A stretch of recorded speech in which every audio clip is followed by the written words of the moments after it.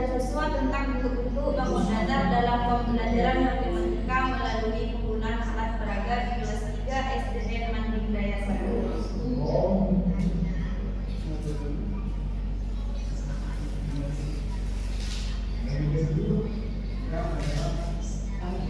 Keterbelakangan di sini, matematika merupakan mata pelajaran yang sangat penting dalam pendidikan dasar karena berperan sebagai dasar bagi pembelajaran ilmu pengetahuan lainnya dan pengembangan logika berpikir siswa. Salah satu pokok bahasa dan pembelajaran matematika kelas 3 sekolah dasar adalah bangun datar. Konsep bangun datar meliputi bentuk, sifat, dan ukuran dari berbagai bentuk geometri seperti persegi, persegi panjang, segitiga, dan lingkaran. Pemahaman yang baik terhadap bangun datar menjadi dasar untuk mempelajari geometri yang lebih kompleks di jenjang pendidikan selanjutnya.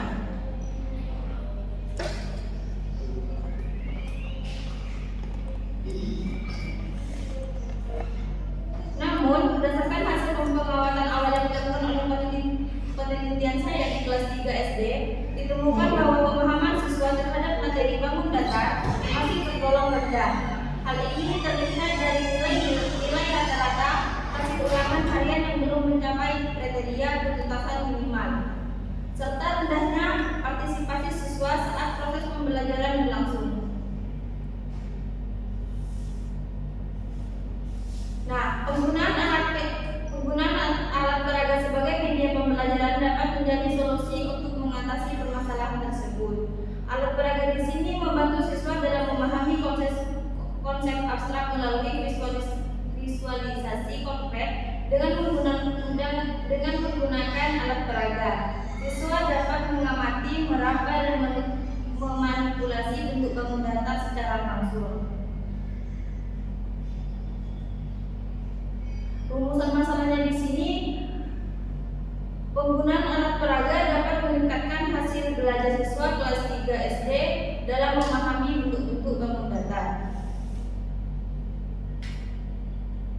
Tujuan penelitian di sini, penelitian ini bertujuan untuk meningkatkan hasil belajar siswa kelas 3 dalam memahami bentuk-bentuk bangun datar melalui penggunaan alat peraga dalam proses pembelajaran. Manfaat penelitian di sini yang pertama, yang praktis bagi siswa memberikan pengalaman belajar yang menyenangkan dan bermakna sehingga dapat meningkatkan hasil belajar. Bagi guru, memberikan alternatif metode pembelajaran yang inovatif dan efektif dalam menyampaikan materi bangun datar. Sedangkan bagi sekolah, meningkatkan bentuk pembelajaran dan prestasi belajar siswa di lingkungan sekolah. Definisi operasional hasil belajar di sini, kemampuan siswa yang diukur melalui tes tertulis dan observasi terhadap keterlibatan siswa selama proses pembelajaran berlangsung. Yang kedua, bentuk-bentuk bangun datar, materi matematika yang mencakup pengenalan dan pemahaman karakteristik bangun datar seperti persegi, persegi panjang, segitiga, dan lingkaran. Alat peraganya di sini menggunakan media pembelajaran merupakan objek konkret, misalnya bangun datar dari karton, plastik atau kayu yang digunakan memvisualisasikan konsep matematika secara langsung dan nyata. Bab 2 di sini kajian pustaka pengertian hasil belajar.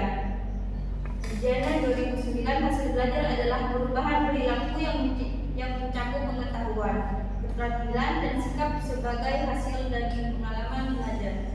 Dalam konteks pendidikan, hasil belajar menunjuk pada capaian siswa setelah mengikuti kegiatan pembelajaran tertentu.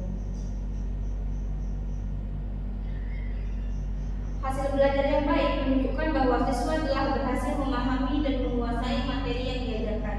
Hasil belajar dalam penelitian ini diukur dari nilai tes yang diberikan setelah proses pembelajaran serta melalui pengamatan aktivitas siswa selama kegiatan belajar berlangsung. Motivasi belajar di sini merupakan dorongan internal dan eksternal bagi diri siswa yang mengumpulkan semangat dan ketekunan dalam belajar. Menurut Kemalik, motivasi belajar yang tinggi dapat meningkatkan konsentrasi, semangat, dan potensi belajar siswa. Salah satu cara untuk meningkatkan motivasi belajar adalah melalui penggunaan alat peraga yang menarik dan relevan dengan materi pembelajaran. Nah, penggunaan alat peraga di sini mampu menarik perhatian siswa, memfasilitasi proses berpikir aktif, dan membuat materi lebih mudah dipahami, sehingga secara tidak langsung dapat meningkatkan motivasi belajar siswa. Materi penjelasan di sini, materi bangun datar. Bangun datar merupakan bagian dari cabang ilmu matematika geometri yang mempelajari dua dimensi. Bangun datar memiliki panjang lebar tapi tidak memiliki tinggi atau volume. Nah, jenis-jenis bangun datar yang umum dipelajari di kelas 3 SD antara lain persegi. Persegi di sini memiliki 4 sisi sama panjang dan 4 sudut siku-siku. Yang kedua, persegi panjang memiliki 2 pasang sisi yang sama panjang dan 4 sudut siku-siku. Sedangkan segitiga memiliki 3 sisi dan 3 sudut yang jumlah besarnya 180 derajat. Yang terakhir, lingkaran. Bangun datar yang memiliki 1 sisi lengkung dan pusat yang berjarak sama ke titik-titik sekelilingnya. Nah, konsep-konsep dasar ini penting dikuasai oleh siswa agar mampu memahami sifat-sifat geometri dan mengaplikasikannya dalam kehidupan sehari-hari. Penelitian relevannya di sini, penelitian yang dilakukan oleh Suryani menunjukkan bahwa penggunaan alat peraga geometri dalam pembelajaran matematika di sekolah dasar mampu meningkatkan pemahaman siswa terhadap konsep bangun datar. Hasil penelitian ini menunjukkan adanya peningkatan nilai rata-rata siswa setelah diterapkan alat peraga dalam proses pembelajaran. Selain itu, juga mengungkapkan bahwa alat peraga dapat mempermudah guru dalam menjelaskan materi serta meningkatkan keaktifan dan antusiasme siswa selama pembelajaran berlangsung. Bab 3 di sini metode penelitian, subjek dan waktu penelitian. Penelitian ini dilaksanakan di SDN Mandi Hidayah 1 pada semester 2 tahun pembelajaran 2005-2006. Subjek penelitiannya di sini adalah siswa kelas 3 SD yang berjumlah sekitar 25-30 orang. Prosedur penelitian di sini minimal melaksanakan dalam 2 siklus untuk melihat hasil peningkatan hasil belajar siswa. Yang pertama di sini tahap perencanaan. Pada tahap ini peneliti bersama guru kelas merancang seluruh kegiatan yang akan dilakukan dalam penelitian. Kegiatan pada tahap ini meliputi mengidentifikasi masalah yang terjadi di kelas, yaitu rendahnya hasil belajar siswa pada materi bentuk-bentuk bangun datar. Menyusun rencana tindakan merupakan penggunaan alat peraga dalam pembelajaran bentuk-bentuk bangun datar. 3. Merancang skenario pembelajaran yang memuat langkah-langkah penggunaan alat peraga secara sistematis, termasuk pembukaan kegiatan inti dan penutup. Yang keempat, menyiapkan alat peraga berupa model bangun datar seperti persegi, persegi panjang, segitiga, dan lingkar yang dibuat dari karton, plastik, atau bahan lainnya yang mudah digunakan siswa. Kelima, menyusun lembar kerja siswa atau LKS yang mendukung pemahaman siswa dalam mengidentifikasi bentuk-bentuk bangun datar. Berikutnya, menyusun instrumen penelitian terdiri dari lembar observasi aktivitas siswa, lembar observasi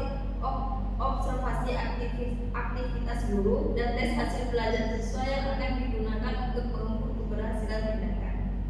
Dan terakhir, menentukan jadwal pelaksanaan tindakan sesuai dengan kalender akademik dan kesepakatan dengan pihak sekolah.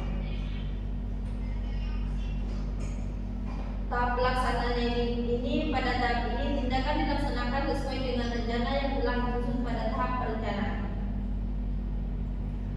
Seperti yang pertama, guru membuka pembelajaran dengan memberikan persepsi untuk mengaitkan materi bangun mendatar dengan kehidupan sehari-hari siswa. Yang kedua, guru menyampaikan tujuan pembelajaran dan menjelaskan langkah-langkah pembelajaran yang akan dilakukan. Yang ketiga, guru memperkenalkan alat peraga kepada siswa dan menjelaskan cara penggunaannya sampai seterusnya. Nah, tahap observasi. Observasi dilakukan secara sistematis untuk memantau jalannya pembelajaran kegiatan pada tahap ini. Yang pertama, mengamati aktivitas siswa selama proses pembelajaran berlangsung seperti keaktifan siswa dalam penggunaan alat peraga, kemampuan bekerja sama dalam kelompok, dan antusiasme dalam mengerjakan tugas. Yang kedua, mengamati aktivitas guru dalam mengelola kelas, menyampaikan materi, memanfaatkan alat peraga, serta memberikan bimbingan dan motivasi kepada siswa. Yang ketiga, mencatat hal-hal penting yang terjadi selama pembelajaran, baik yang mendukung maupun yang menghambat keberhasilan tindakan.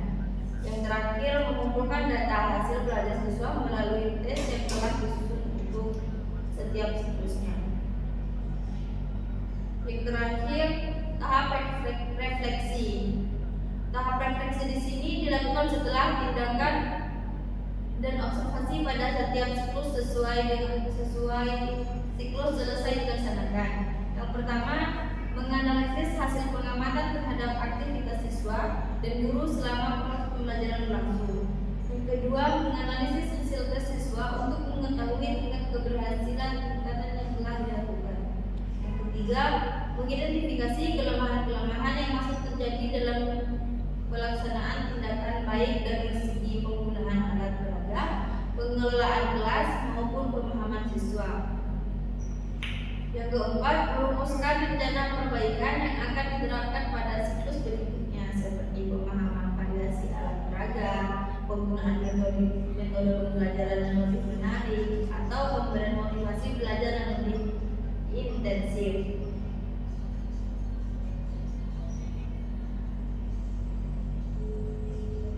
Pada indikator keberhasilan di sini, indikator keberhasilan dalam metode ini ditetapkan sebagai berikut. Hasil belajar minimal 80% siswa memperoleh nilai hasil belajar di atas atau sama dengan kriteria ketuntasan minimal KKM yang ditetapkan sekolah. Aktivitas siswa. Bagian besar siswa 80% aktif dalam mengikuti pembelajaran dengan antusias, terlibat dalam diskusi kelompok, penggunaan alat peraga, serta berpartisipasi dalam presentasi hasil diskusi. Mungkin cuma ini dari saya, hasil proposal saya. Sekian, terima kasih. Wassalamualaikum warahmatullahi wabarakatuh. Waalaikumsalam.